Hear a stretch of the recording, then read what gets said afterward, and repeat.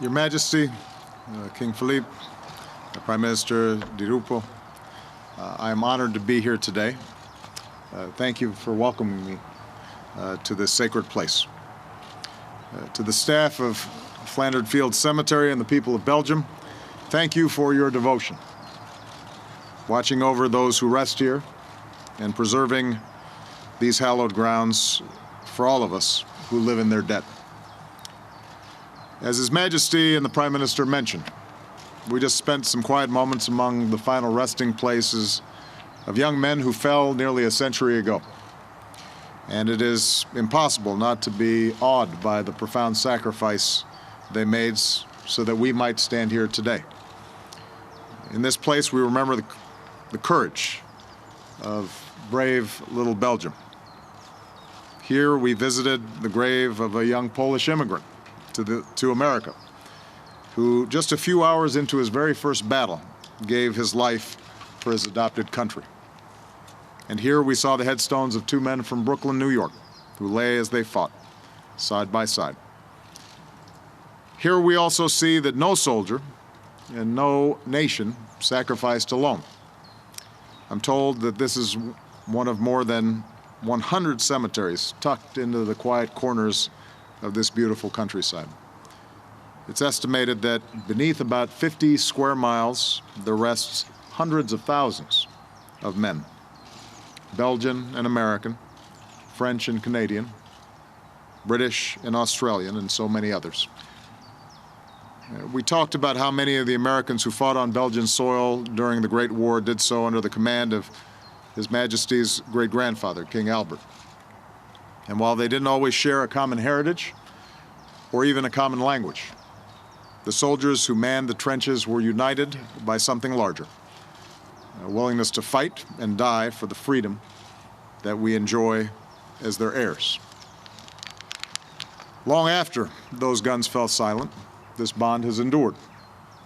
Belgians and Americans have stood shoulder to shoulder with our European allies in World War II and through a long Cold War, then from Afghanistan to Libya. And today, Belgium is one of our closest partners in the world, a strong and capable ally. And thanks to the extraordinary alliance between our two nations, we know a level of peace and prosperity that those who fought here could scarcely have imagined. And so, before visiting the cemetery, His Majesty, the Prime Minister, and I were able to spend some time together. I was very grateful for the opportunity. And it was a chance to reaffirm our commitment to keep as strong as they've ever been the bonds between our nations. A determination that I know is shared by the American and Belgian people. Here today, I'd also note that the lessons of that war speak to us still. Our nations are part of the international effort to destroy serious chemical weapons, the same kinds of weapons that were used to such devastating effect on these very fields. We thought we had banished their use to history, and our efforts send a powerful message that these weapons have no place in a civilized world. This is one of the ways that we can honor those who fell here.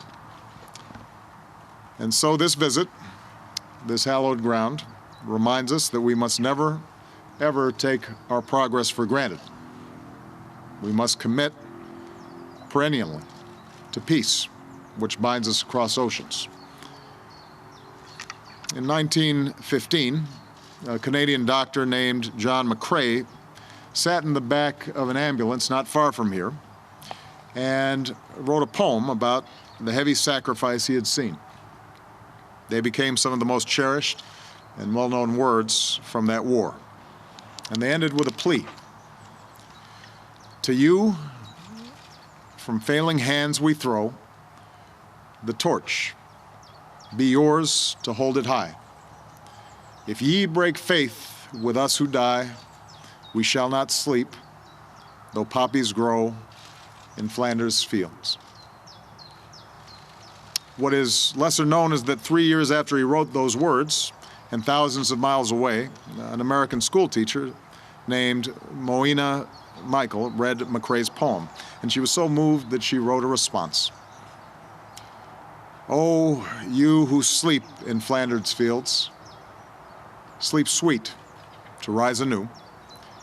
We caught the torch you threw, and holding high, we keep the faith with all who died. Your Majesty, Mr. Prime Minister, thank you again. What I've seen at Flanders Fields will stay with me always. To all who sleep here, we can say we caught the torch. We kept the faith. And Americans and Belgians will always stand together for freedom, for dignity, and for the triumph of the human spirit. May God bless you. May God bless the memory of all who rest beneath these fields, and may God bless the peoples of both our nations.